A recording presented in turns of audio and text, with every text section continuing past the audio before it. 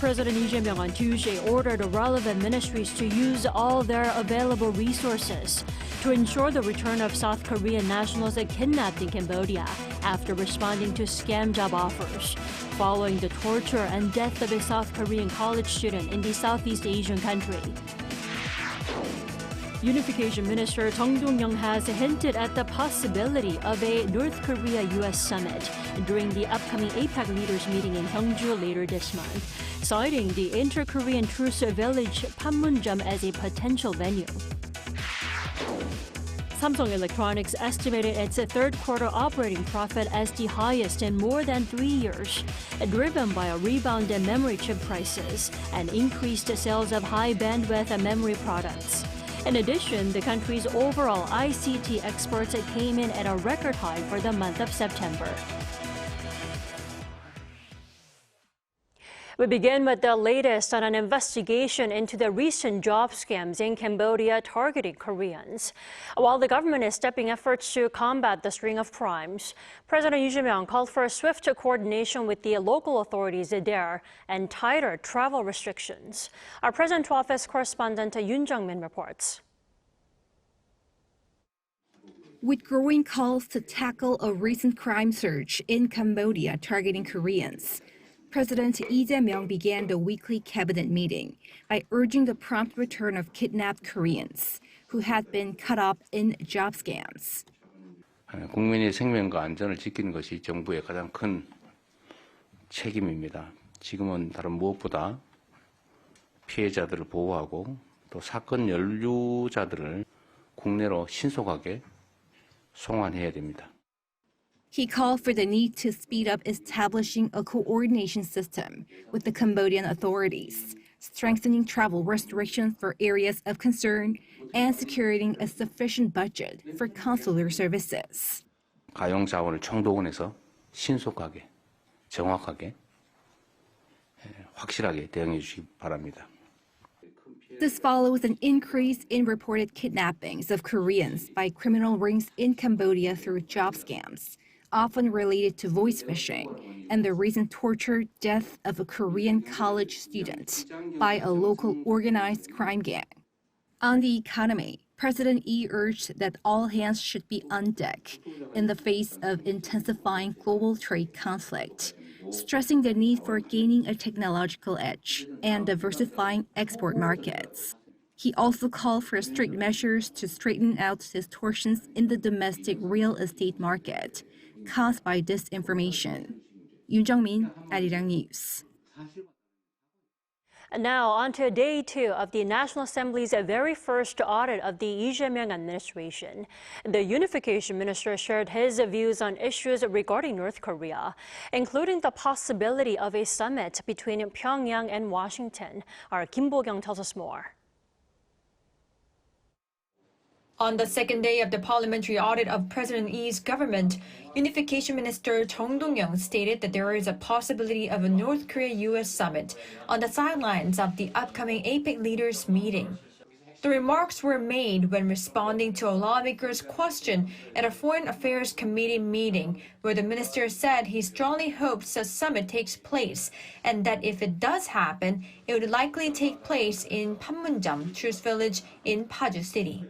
When it comes to how Seoul will deal with Pyongyang, the minister reaffirmed the End Initiative, exchange, normalization, and denuclearization that was put forward by President Lee during his address at the UN General Assembly last month. Based on this vision, Chung added that Seoul will end hostility and pursue dialogue with the North. When it comes to acknowledging South and North Korea as two separate states, the minister underlined how recognizing the two Koreas as such does not mean accepting permanent division, and rather it is the key to opening the door to unification. He added that the government is to officially confirm the idea soon. Meanwhile, Joint Chiefs of Staff was also grilled by Defense Committee lawmakers, where its chairman, General Jin Young-sing, apologized for the army having participated in former President Yoon Suk-yeol's botched martial law attempt. He mentioned North Korea's recent military parade where the regime showcased its latest Hwasong-20 intercontinental ballistic missile under development and vowed for a firm readiness posture against Pyongyang. The Joint Chiefs of Staff are doing their utmost to establish a strong and ready military posture that can respond to any threat immediately, while also focusing all efforts on transforming into a smart elite force that can win on future battlefields. The JCS added that it is seeking to hold a South Korea-U.S. military committee meeting attended by top military officers in Seoul early next month. These usually take place ahead of the Security Consultative Meeting, an annual meeting of the defense chiefs of the two countries. Kim Bo-kyung, Arirang News. South Korea's Culture Minister Choi Hee-young has emphasized the need for active investment in the culture industry and amid the country's increasing global reach. At the parliamentary inspection for the Culture, Sports and Tourism Committee on Tuesday, Choi stated that despite a slowdown in the gaming and film industry, it is essential to build a firm culture and arts ecosystem to foster Korea's culture industry. He pledged to strengthen the industry as a future growth sector worth 300 trillion won, or around $210 billion. Now, some of the ministry's key goals include attracting more tourists, nurturing regional tourism, and facilitating active cultural exchanges with other countries. U.S. President Donald Trump on Monday touted the Gaza ceasefire deal, saying that it's opened the door to rebuilding. Now, the comments came during a summit of world leaders in Egypt as the last of the Israeli hostages were returned to their families. Our Park Kwon-woo tells us more. U.S. President Donald Trump attended a major summit of world leaders in Egypt on Monday, where he said the Gaza ceasefire deal has opened the door to rebuilding. And now the rebuilding begins. The rebuilding is maybe going to be the easiest part. I think we've done a lot of the hardest part because the rest comes together. We all know how to rebuild. The comments came as Trump arrived for the high-level gathering, which brought together more than 20 heads of state. At the peace summit in Egypt, U.S. President Donald Trump, along with the leaders of Egypt, Qatar, and Turkey, signed a document finalizing a peace plan for Gaza. However, with key details undisclosed and a plan not signed by Israel or Hamas, it remains limited in scope. The ceasefire agreed last week halted Israel's massive offensive on Gaza City, which had killed tens of people daily. Under the terms of the deal, Hamas released the final 20 living Israeli hostages, while Israel freed more than 1,900 Palestinian prisoners. The bodies of 28 deceased hostages were also expected to be returned as part of the deal. However, as only 4 were handed over to the Red Cross on Monday, Israel's defense minister called it a failure to meet commitments of the agreement, adding that it will be responded to accordingly. And as the second phase, including the disarmament of Hamas and withdrawal of Israel from Gaza, has yet to be agreed upon, eyes are on whether Israel and Hamas can reach a comprehensive deal while narrowing their differences and ultimately achieve lasting peace. Park Kwon-woo, Arirang News. Despite a recent bumpy mood between the U.S. and China over trade issues, Washington is keeping its dialogue open with Beijing. The U.S. Treasury Chief says President Trump's planned meeting with China's Xi Jinping here in Seoul in South Korea signals easing tensions between the two sides. Pyongyang has more. U.S. Treasury Secretary Scott Bessent says a meeting between President Donald Trump and Chinese President Xi Jinping in South Korea is still on track. In an interview with Fox Business on Monday, Bessent said there were substantial communications between the two sides over the weekend, adding that U.S.-China relations have substantially de-escalated. He noted that both sides will hold additional working-level meetings this week on the sidelines of the IMF and World Bank gatherings. His comments come as both countries move to cool tensions that flared after Washington announced a potential 100% tariff on Chinese imports and Beijing tightened controls on rare earth exports. It was a miscalculation, but we are communicating now. I am confident that we can move forward. Bessent additionally stated that President Trump has made clear the tariffs will not take effect until November 1st, signaling that the U.S. is leaving room for diplomatic progress. He sharply criticized China's export restrictions, saying they would affect the whole world and that China has pointed a bazooka at the supply chain and industrial base of the entire free world. The Treasury chief said the U.S. is prepared to assert its sovereignty in a variety of ways, noting that Washington is already in close contact with its allies in Europe, India, and democratic nations across Asia. He expressed optimism that Beijing remains open to talks, but warned that if not, Washington holds significant leverage to respond with equally strong or stronger countermeasures. Panmunjeom, Arirang News.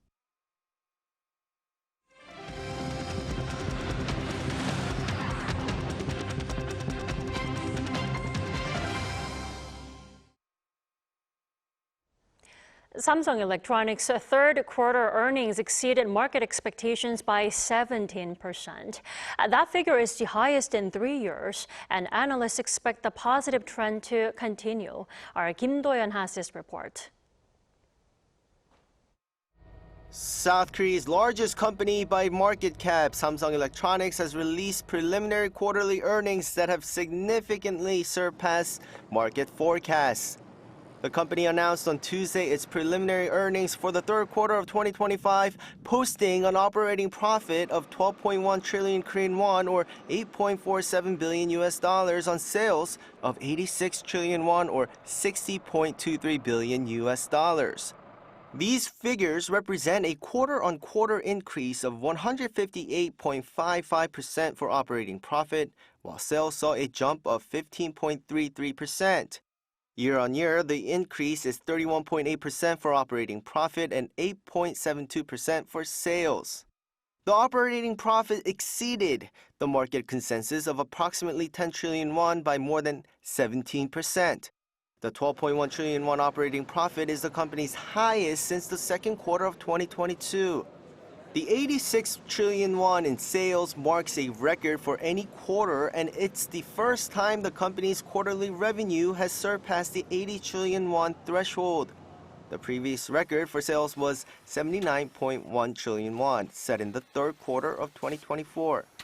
According to an expert, the strong performance is driven by a combination of factors, with the trend likely to continue into next year.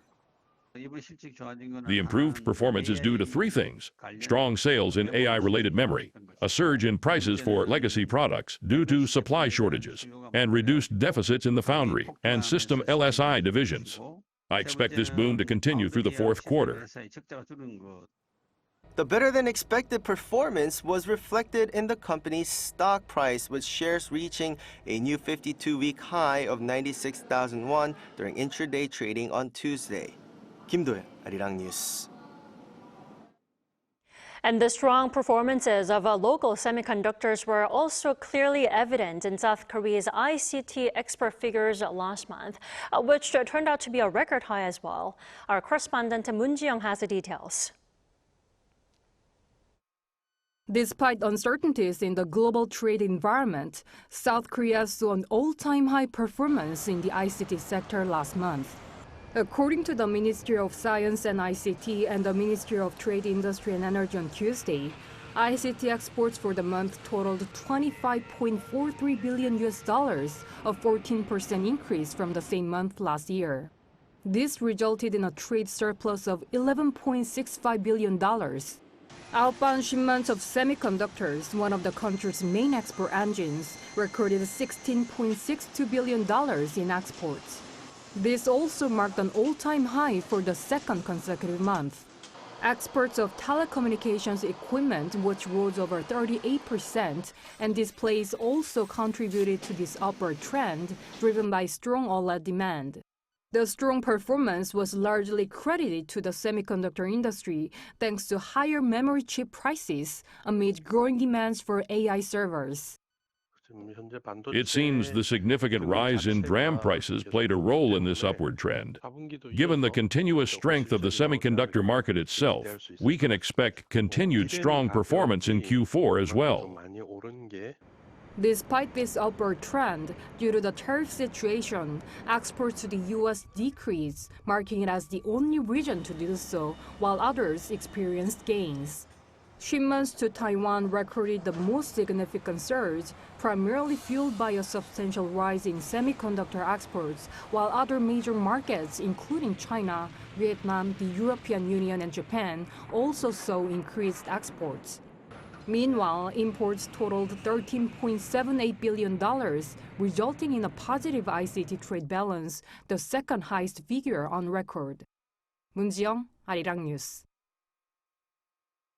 There's been a recent rise in global streaming platforms investing intensively into K-content, bringing numerous series that feature Korea's top stars in leading roles. However, in contrast, Korea's film industry is struggling to recover to pre-pandemic audience numbers and is seeing far fewer big-budget productions. Lee Eun-jin has more. The Korean spy romance series Tempest premiered on Disney Plus on September 10th. It tells the story of a female politician and a mysterious special agent as they chase the hidden truth behind a presidential candidate suddenly being shot. The project has drawn attention for its star-studded cast lineup with the likes of Chun Ji-yeon and Kang Dong-won in the leading role, and also for its well-known director and screenwriter. Above all, I chose this project because I really wanted to work with Kang Dong-won before it was too late. I chose it because of Chun Ji-yeon. Last year, 10 of the top 15 Asia-Pacific content titles on Disney Plus were Korean productions, showing the solid global influence of K-content. Based on this, major investments amounting to hundreds of billions of won are being made in Korean productions. At Disney, we are committed to investing in original productions worldwide and supporting creative communities, especially here in Korea. After bringing the rise of K-content phenomenon with Squid Game, Netflix continues to roll out projects backed by success-guaranteed production teams. Meanwhile, Korean movie theaters are experiencing the opposite trend, struggling with the competition from streaming services. After the flop of this summer's big-budget film, Omniscient Reader: The Prophecy, hopes for large-scale investments in films have dimmed even further. This year's top 3 Korean box office hits were all cost-effective films with production budgets around 10 billion won. That's approximately $7.5 million. With fewer big productions and an overall decline in the number of films being made, some actors are joking that they've become streaming specialists. I used to make a living as a film actor, but these days, I feel like I'll starve waiting for a movie role. So I'm transforming into a streaming services actor. The film The Ugly, released in early September, was an ultra-low-budget film and was completed in just 3 weeks with a crew of 20 people. It tells the story of a man discovering the body of his mother, who he thought had disappeared 40 years ago, and begins to uncover the hidden story behind it. Made for less than 300 million won, roughly $225,000, which is lower than even the average budget for independent films, the director says it still retains the unique appeal of a theatrical release. I approached this project with questions like, what would the result be if I made a film using a different production model from what I've done before? Though it's a type of project only a well-renowned director would dare to attempt, it's being praised as a meaningful effort for the future of Korea's struggling film industry as its latest trend turns to more cost-effective films. Lee Eun-jin, Arirang News.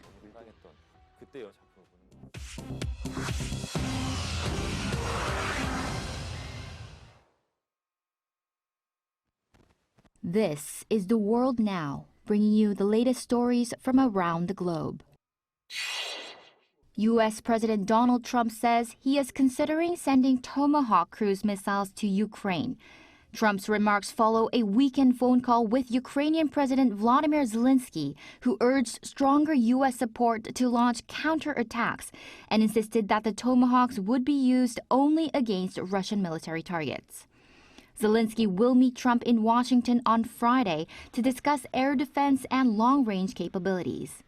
However, Moscow warned that supplying Tomahawks would trigger a major escalation and further strain U.S.-Russia relations. The missile's 2,500-kilometer range would put Moscow within reach from Ukrainian territory. Trump's stance toward Vladimir Putin has hardened as ceasefire talks stalled, and now he warns Russia not to, quote, test Washington's patience. Kremlin spokesman Dmitry Peskov calls the idea, quote, of extreme concern, saying Russia cannot know whether incoming Tomahawks carry nuclear warheads.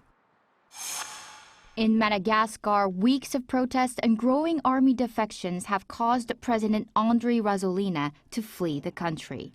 An opposition figure confirmed that officials acknowledged the president left Sunday on a French military plane after elite troops joined demonstrators. In a Facebook address, Rajoelina said he was in a, quote, safe location and vowed not to allow Madagascar to be destroyed, yet refused to resign. France's President Emmanuel Macron urged calm and respect for constitutional order, but declined to confirm French involvement. Protests that began over power and water shortages have become a national revolt over corruption and poverty. According to the UN, at least 22 people have died in the protests, with the Senate now taking interim control and the military asserting power. Madagascar faces its worst instability in a decade. In Mexico, at least 64 people are dead, with another 65 missing after a week of torrential rain triggered flash floods and landslides across 5 states. Officials say rivers overflowed and entire neighborhoods vanished as floodwaters tore through Veracruz, Idalo, and Puebla. More than 100,000 homes are damaged and 80 communities remain cut off. Troops are airlifting food and water to isolated towns still in darkness. President Claudia Sheinbaum says thousands of troops have been deployed to the affected areas. Finally, to the U.S., where California's Governor Gavin Newsom has signed the nation's first law regulating AI chatbots, rejecting the White House calls for a hands-off approach to artificial intelligence. The new law forces chatbot operators to build in critical safety measures for users and allow lawsuits when failures cause harm. Supporters say it closes a deadly gap exposed by recent teen suicides linked to unregulated AI companions. The bill was inspired by the death of a 14-year-old boy who had exchanged suicidal messages with a chatbot modeled on a fantasy series character. Newsom said California, quote, won't stand by while companies continue without limits or accountability. Chu Ji-hyun, Arirang News.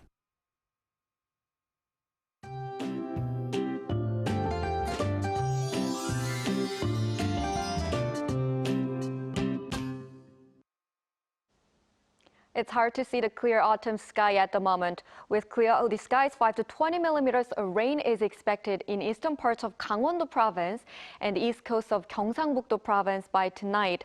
Other southern regions will receive about 5 millimeters of rain, and raindrops will also fall in the central regions.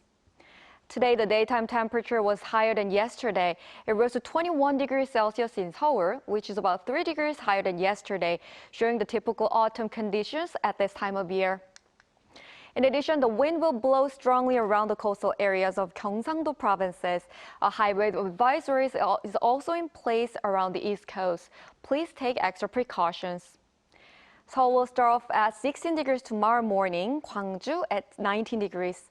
Highs will go up to 23 to 27 degrees all over the country. Rain that will cover the country tomorrow is expected to continue until Saturday. That's all for Korea. Here are the weather conditions around the world.